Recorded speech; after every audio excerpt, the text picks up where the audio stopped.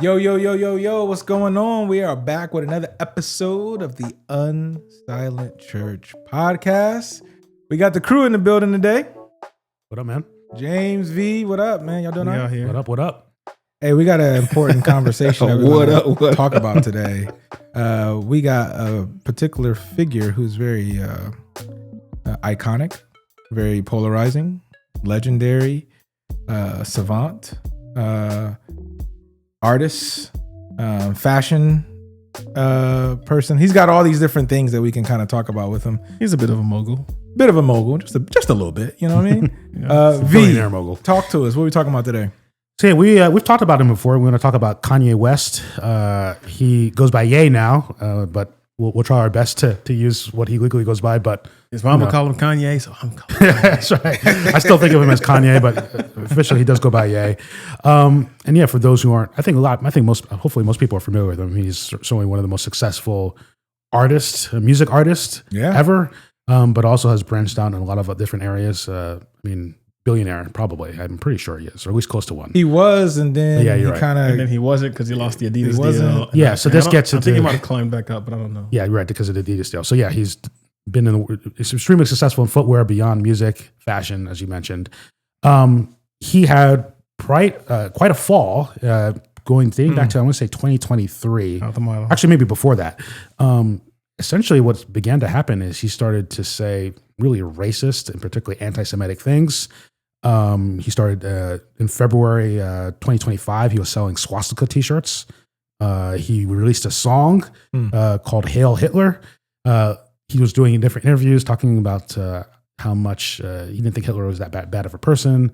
He had tweets talking about sort of the Jewish cabal that's coming after him. At one point, he was at some type of event with Candace Owens wearing a shirt that said "All White Lives Matter." White Lives Matter, yeah. So he was doing a lot of sort of really sort of things pushing the envelope, but I think a lot of the anti-Semitic stuff, particularly, really pushed it over the edge. Adidas dropped him. A lot of music stations began to pull back, et cetera. So a lot of different turmoil, et cetera, around him. He's still releasing music. Given his success and his ability to do a lot of different things, he released a new album. Bully. So that's more recently, and and this brings us to what we wanted to talk about. I was talking about sort of music he released even during this time.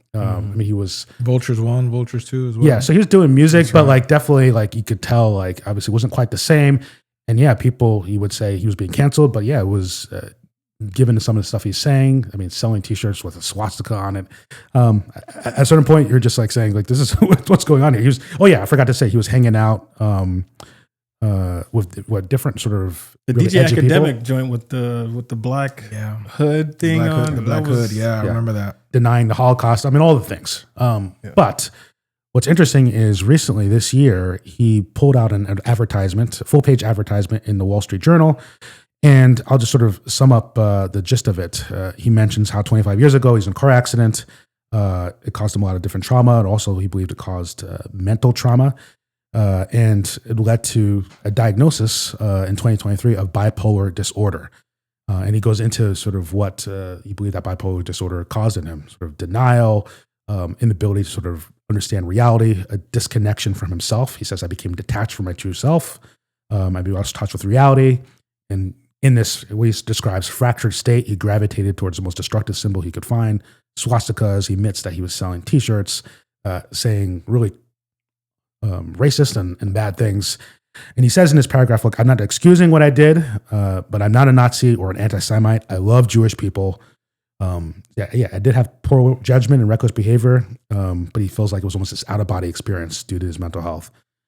So towards the end of his letter, he says, the black community, I want to apologize. I let you down. I love the black community. In early 2025, he fell into a deep manic episode, constant mental illness. And that's where he began to say, I need to get help. He went online to Reddit forums, found different people speaking about their manic depressive episodes and what it led to. And so he says, basically, I'm trying to get better. He has a new baseline, new effective regime of medication therapy, exercise, and clean living. And wants to pour his energy into meaningful art, music, clothing, design. Last paragraph here. I'm not asking for sympathy or free pass, though I aspire to earn your forgiveness. And that's the key word that we want to sort of talk about today. I write today simply to ask for your patience and understanding as I find my way home.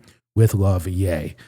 So that came, and then that coincided I think around the same time, or maybe a little bit later, he released his new album, Bully.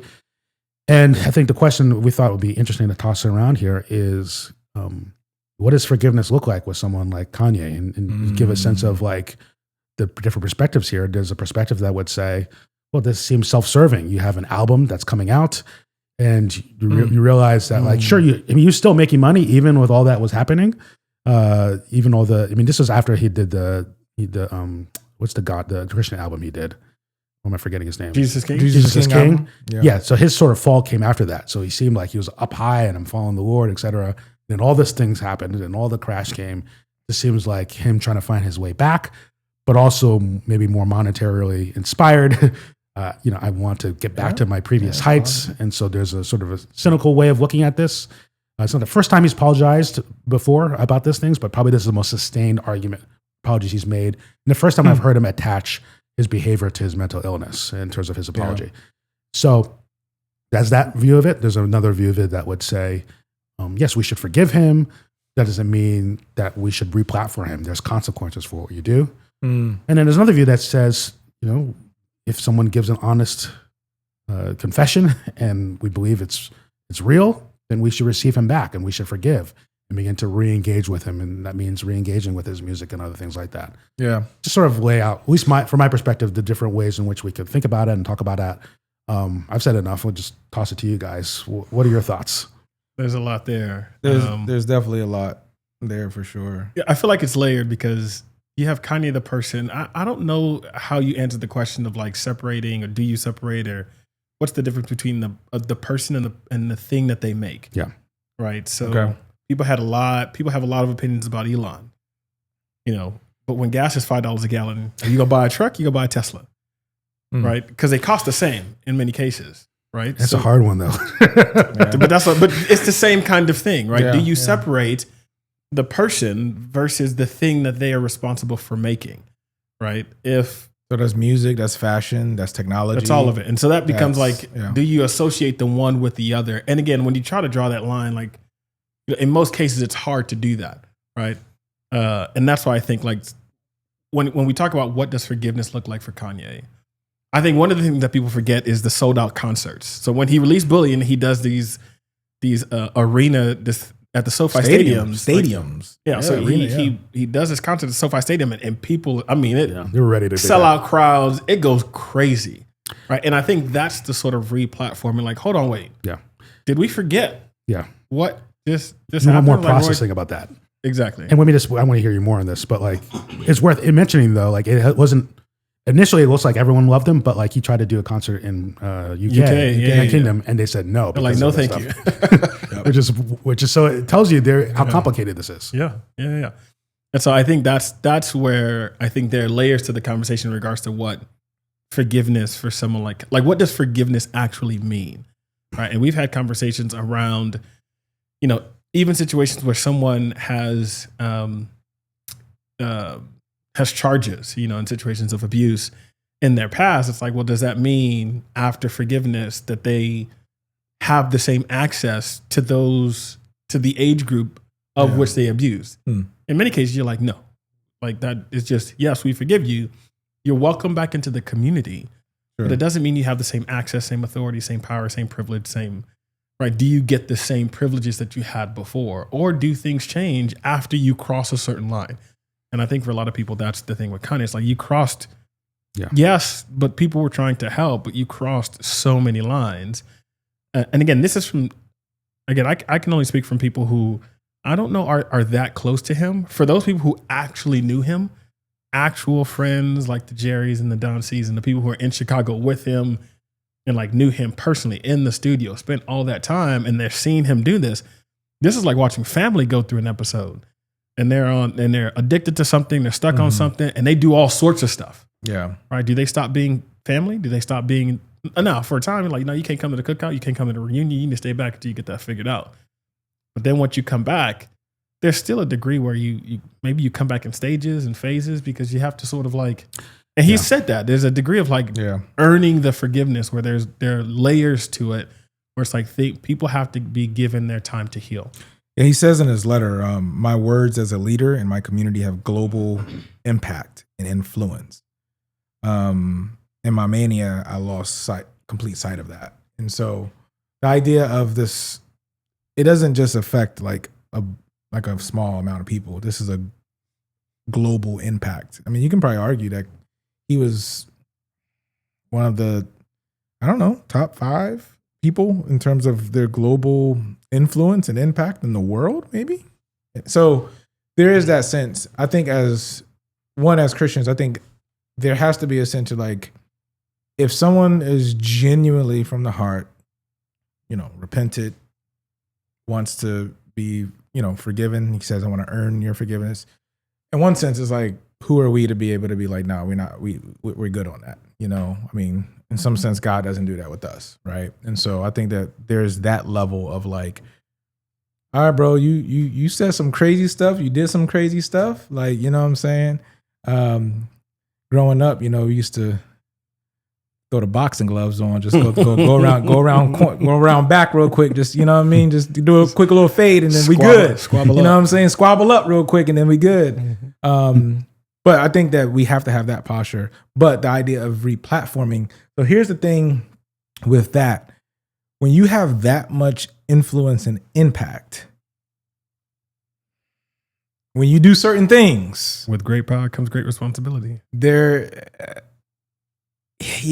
don't know, because this is where it gets kind of murky, because like you use the Elon example, but there's a whole bunch of other people that we can use that same example for, and they may not have done as crazy things that Kanye did, and some people still may be off limits. And so I just feel like there's, and some of this I just want to point out that many of us have very it's a selective preference on who we want to do this with. It's not consistent. It's not consistent. I just want to just highlight that and just say like there's selective preference on who we want to platform and not platform, or let back in, and not let back in. I just want to call the elephant in the room that is a thing that happens with all entertainers. I think this gets at just our deep desire to have the stuff they do in our lives. It's really hard to say, hey, I'm not going to listen to, have you listened to Bully? I've listened to Bully. Yes. Listened to Bully. But yeah. What's your opinion on the album? It's a good album. It's a good album. It's a good album. But honestly, so I was, this gets into, me personally, but I don't listen to, what's his name? R. Kelly. Yeah, I don't. And that's hard for me because like some of his like Stepping in the Name of Love. Yeah. You know how many times I danced to that song? And I dance good to that song. Right? When it comes to R&B. And I still have it in my like favorite song playlist and I skip it every time. And that's hard. Now, not everyone makes that choice. This is a whole nother conversation. I do that with Michael Jackson as well. But I don't do that with Michael. We got to talk. I know. You and I disagree. Yeah, we have to talk about Michael. We got to talk about Michael. And I can't tell you how hard that is for him. Because I was the right age for all his stuff. All his stuff. I remember when the Thriller album came out and like I was in grade school and one kid had the red jacket with the glove that he wore to school. And I was so jealous of him. I was like, oh man, I wish I had that. Right. Anyway, my point being. You seen the Michael Jackson movie? No, I'm not. The new one? The new one? What biopic? Yeah. But see, this gets into the tension here is that like it is, we realize what he's doing is problematic. But for example, like a Michael Jackson or a Kanye, like that music is part of our lives. It's woven into different memories, etc. So it becomes hard. It becomes hard to, and I appreciate the tension of that, and like so that's why I think sometimes we do sort of disassociate those things. But I do think the conversation is helpful because it is, that's what part of the reason why I think about this is. I know every time I listen to that song, or I buy a ticket, you're not just endorsing, you're supporting them financially.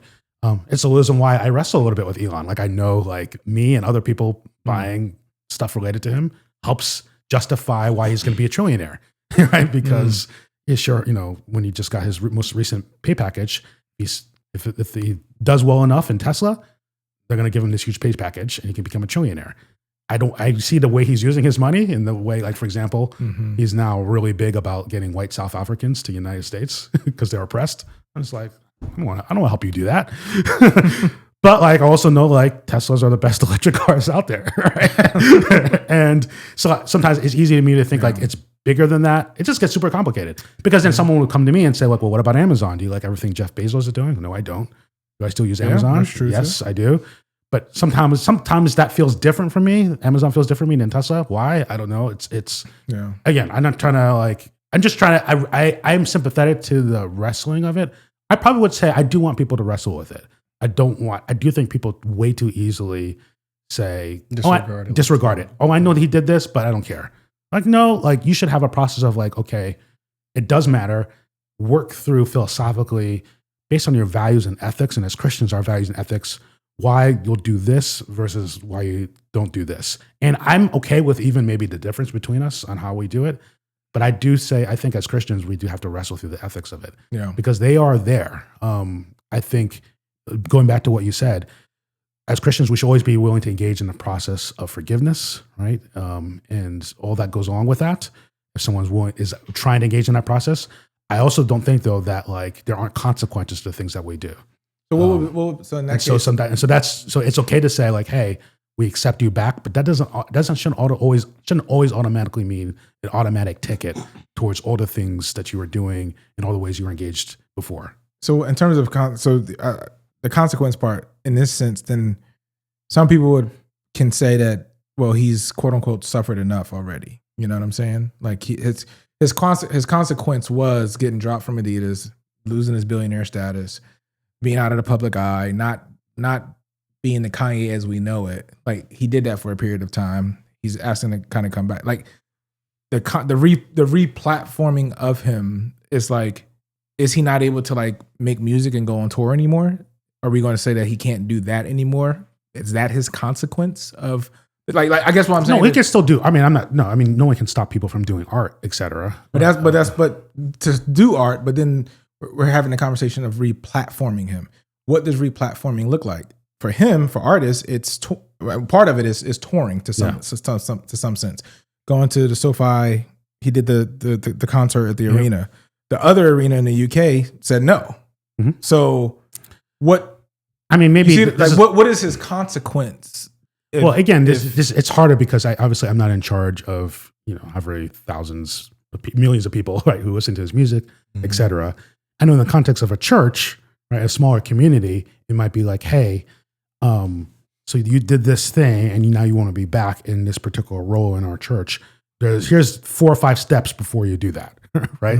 That's impossible to do with a music artist. And depending on what that is. I can't be like, hey, before you do the big concert, we'd like you to do something for this school, right? This Jewish school. Before you do these other things, maybe... Well, Kanye professes to be a Christian. Well, this is a long time ago now. He's, you've heard some of the stuff he said after that? He basically said, yeah, I'm a Christian, but like, I've sort of stepped away from it because I made all these prayers and nothing happened. God didn't answer my prayers. He kind of like, not 100% disavowed it. You should look it up. Like he didn't 100% say, I'm not a Christian, but he said like, I'm mad at God because like, he didn't answer. I thought like he was going to help me with this issue. I think he even described like things he was struggling with and then get an immediate answer. So that's a conversation right there. I would say, Kanye, welcome to the Christian life, brother. Well, have you read the book of Psalms? Have you read? We're all in the same boat. I'm still waiting on certain prayers. I've been praying for 10 years. Yeah. So, I mean, welcome. Yeah, and so I'm more sympathetic. I'm sympathetic to him because I've all along felt like his mental illness was part of it for sure. It just and the death of his mom. Death of his mom. Like anyone who watched the that seemed to be the trigger. Yeah, the documentary that was on Netflix. Jesus documentary. You almost could see the change in him personality wise as the documentary went on, and I've always felt like there's something going on there that is just erratic, right? So I feel differently about him than I do like Nick Fuentes or something. If like Nick Fuentes one day is like, oh, I'm really sorry for all these racist, misogynistic things I've said. I'm like, I'm glad you're sorry, but like those were very considered. You did multiple hundreds of hours of podcast making these arguments. While like Kanye has always sort of felt like, yeah, he's not there in the way that he's been. Pinballing, exactly. Yeah. And I'm like trying to think of the most outrageous thing he could say without really without really thoughtfulness behind it, like some of these other people who are actually trying to be thoughtful racist, if I could put it that way. Thoughtful misogynist. Let me give you some like, history why like we should hate women and why blacks are ruining the country. Anyway, Kanye has felt different for me, and so that's why you're asking me personally why like I felt compared to some other artists I named, like I felt okay listening to Bully. Compared to like Vultures and those other things, I didn't listen to those albums. Yeah, I didn't listen to Vultures. And so I felt like, let me give him... Vultures got some good stuff. So this guy's ready to replatform everybody. you got any limits? I just said Vultures was cool. The first, Anyway, so... I like Vultures. Yeah, well, anyway, with Vultures, I was like, I can't listen to him, right? He's still where he is. But I felt like leading the writer, I felt like enough. So for me personally, I wouldn't buy a ticket to the concert. But like, so I think that's further more than I'm willing to do. Again, okay. I don't go to concerts anyway, but I'm saying if like my daughter was like, I want to go there, I'm like, sorry, I'm not covering that. Right. And so, so there's limits. There's a couple limits I have to him until I see more. Right. So like before it was like nothing. Like I felt like, at least for me personally, I don't want me listening to sort of be contributing towards him thinking like, oh, I'm okay. Right. I'm making just as much money as this included like, so we're talking about music. Does this also include like, would you not buy his Yeezus, his fashion stuff too? Currently I'm not, no. I mean, again, some of it, I don't like it, but, but when that stuff started happening, I stopped. Okay. I'm a sneakerhead guy, and so I've loved all his shoes from Adidas. But when that started popping off, I was like, yeah, if his name is still attached to it, I can't. Yeah, it's not. Because I know some people that didn't like what he said, but they didn't buy his music, but they still bought his fashion.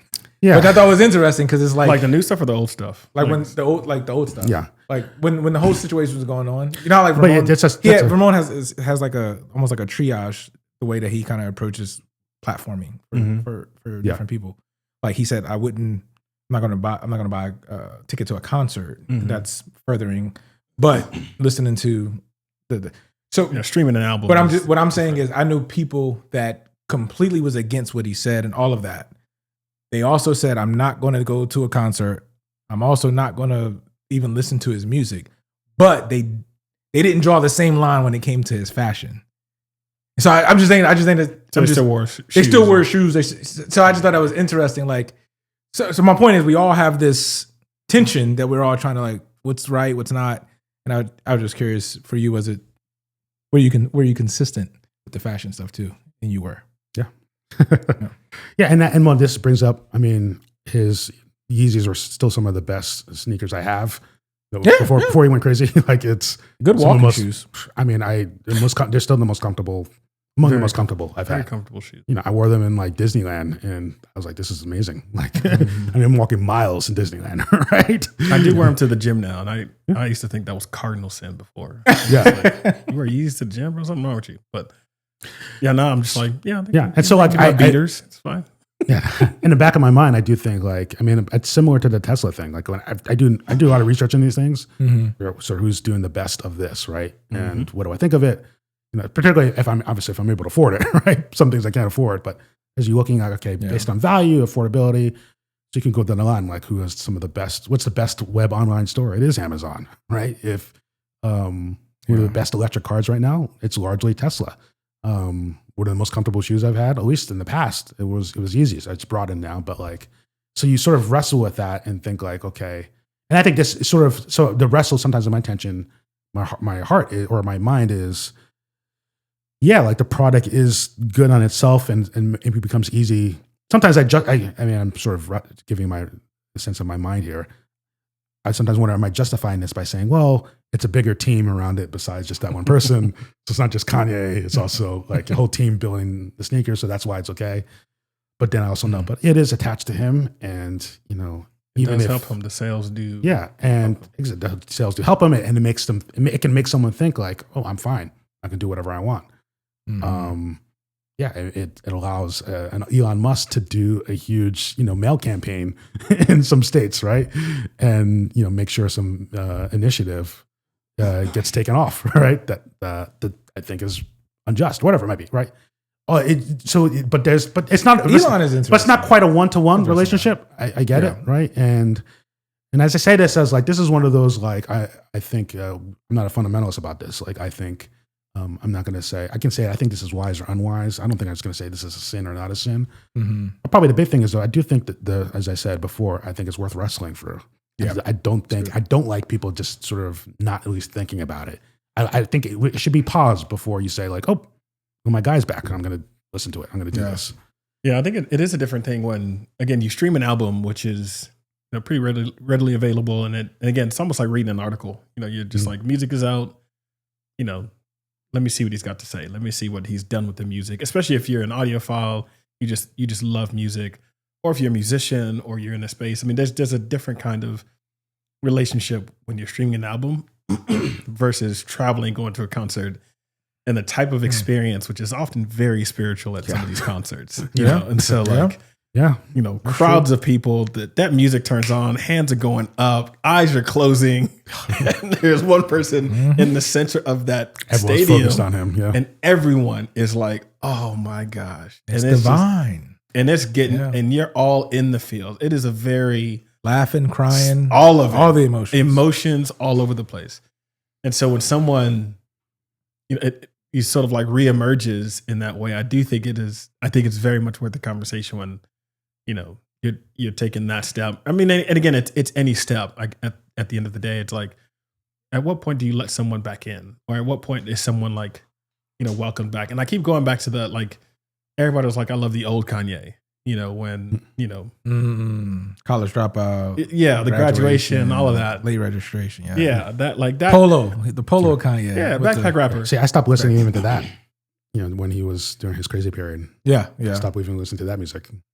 Yeah. I mean, and again, like, part of it is the sense of like, when someone goes on that kind of tirade, and saying those kinds of things, it's just like, well, just boycott the whole thing because you're trying to just stop the support, the pipe. We're just like, if we could just put them in timeout. Let's timeout. Yeah, you're just trying to like cut off the resources. You're like, if we could just cut off support, stop giving it gas, and then maybe like it'll just quiet everything down, But like if you've made something in your past that was just legitimately good, and then because you aren't the same person all throughout life. Right. And we all know that you transform, like, we all have a, pre-Jesus, post-Jesus. And again, like, even if you're young or whatever, there's still a moment before and after, certain decisions or certain landmark, like, points in your life, like something that you've made in the past that was like legitimately good. And again, might've been pivotal in someone's life journey transformation. That's a very, very, very strong connection. Yeah. Right. And then all this stuff happens and people are like, man, I just want to get back to this over here.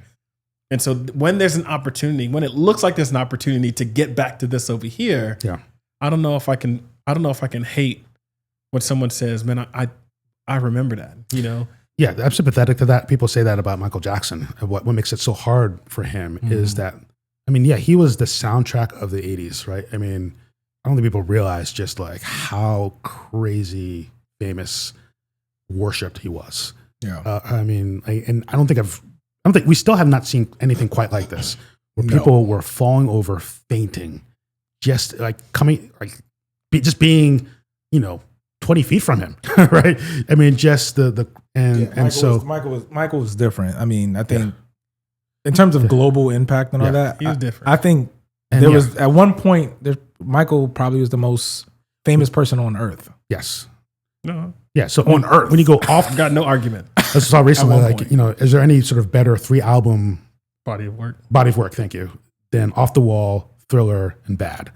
Right? You think of like the music that was on there and the way it hit and how it was everywhere. Yeah, everywhere. And in the hip hop, I can think, Kanye, College Dropout, Late Registration, Graduation, but You think those three equal? They don't equal Michael. That's I said in hip hop. I said in hip hop. Okay. I said in hip hop. Okay. Because I was trying to mirror what you were saying about Michael. You said 3. Okay. I'm fair. I said in hip hop. I thought you were trying to say he's equal to Michael. Oh no!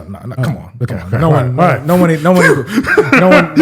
No one equals Michael. Michael is different. Okay. Good. All right. So, so my point being, like, and as someone who, my college room and I were huge Michael Jackson fans. Like we constantly listening to music throughout college. Like, it hurt me. It still hurts me. The accusations against him, right? That I have trouble like saying. Anyway, I won't. That's another podcast. My point being, we're gonna talk about that. I think that's, and so I was listening to someone talk about this, why the Michael Jackson movie did so well, and even though it ignored all that, which is a huge part of his story, it sort of ends before the accusations come. And it really made a sort of credible argument that like it's almost exactly what you said.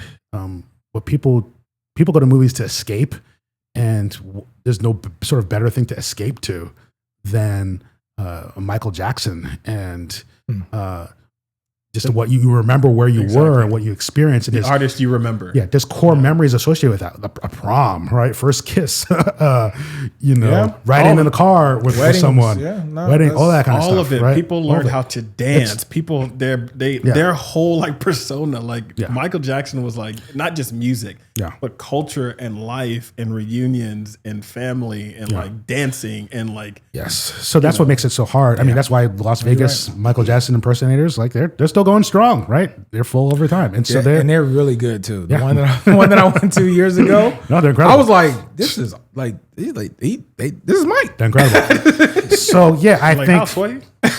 So I think that's why, that the movie did so well. Is like I think people knew that stuff, and it sounds weird to say. I'm not trying to be harsh by saying they didn't care, because I wish they did care more, but I also get it. Like I get how hard it can be. I think people's natural bent is to separate the art from the person, getting to what James started with. And I think maybe we haven't really answered this, but I think I get that. I just think we should wrestle with that a little bit more, and understand that it yes, but also there's things to think about in relation to those two things that can get problematic and should probably make us say this is hard. But I need to like create space here to be able to better consider sort of what this person is, even despite this art that they've given me that it's so important to me. There's a category to say like someone is a beast at this. They're killing it. They're awesome at this particular thing.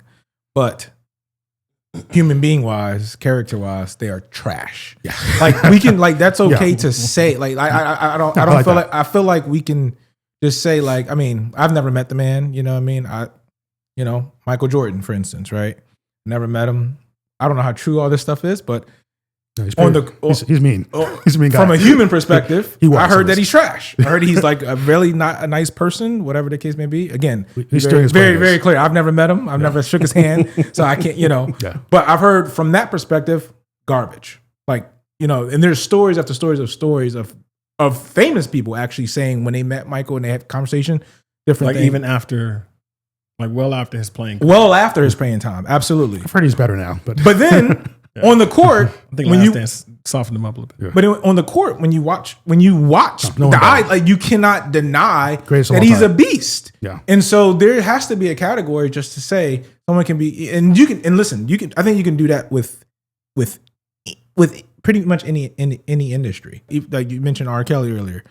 Clearly terrible person on a whole nother level, right? Whole nother level.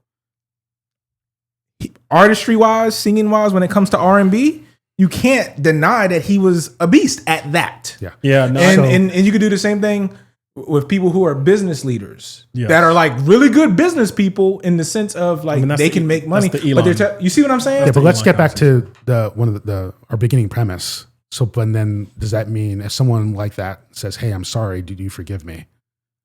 Like, what is that? What do you? I sort of try to begin to answer that. Like, what does forgiveness actually look like?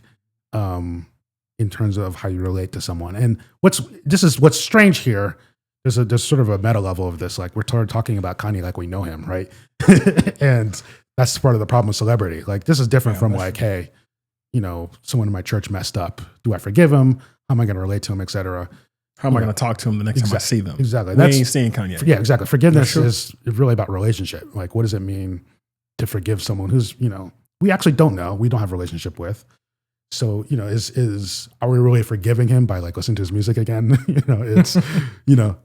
And so there's an interesting level of that to think about. But let's sort of, tease this out. Let's at least, given that reality, it's still worth sort of asking, what does maybe engagement look like with someone like that? Mm-hmm. Even if it's not like real legit forgiveness in terms of relationally, it's still a level of like, what does acceptance look like? Acceptance, supporting relationship. What do we say? What do we tell other people about if they should or should not listen to someone like Kanye? I think that, I listen to the album pretty regularly because musically it's so very good. No, it's good.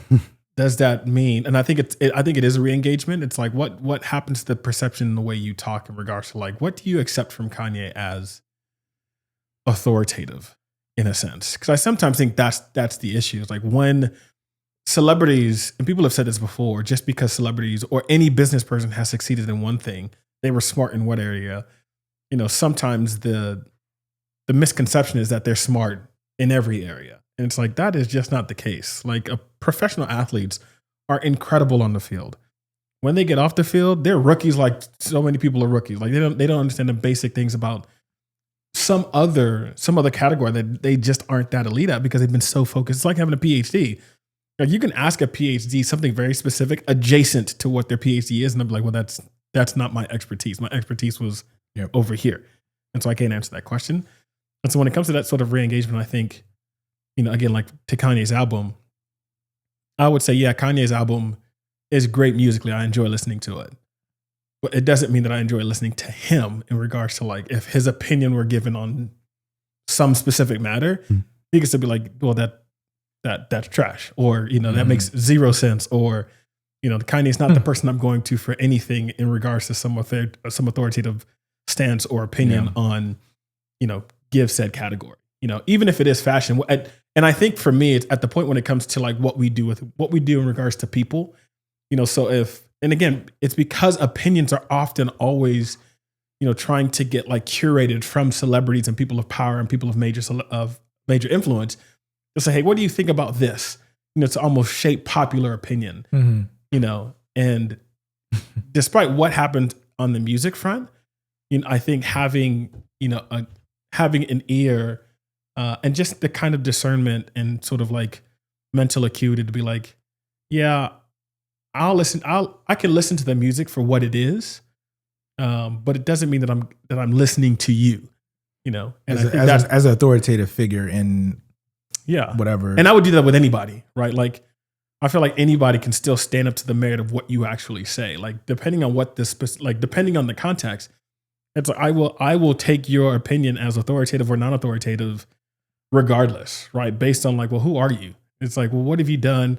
And again, even if you don't have a certain, if you don't have a level of expertise in the thing, if what you say is correct, it's still correct, right? You can still look it up. You can still do some of those things. Like for Kanye, it'd be that very similar to that, where it's like, yeah, I listen to your album, but if somebody asks your opinion, it's probably going to be an asterisk from the beginning to be like, well, it is Kanye.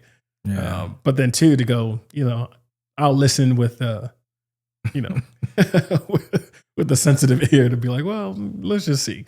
If Kanye pulled up at the church, oh well, that would be fun. on Communion Sunday, we fenced the table. We letting. You